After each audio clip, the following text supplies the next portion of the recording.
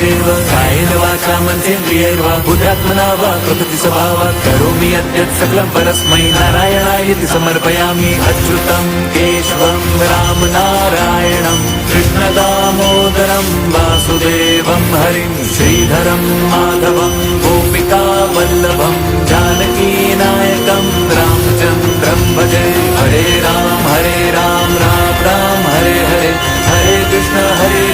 Krishna Krishna Hare Hare Hare Ram Ram Ram Hare Hare Hare Krishna Krishna Krishna Hare Hare Hare Ram Ram Ram Hare Hare Hare Krishna Krishna Krishna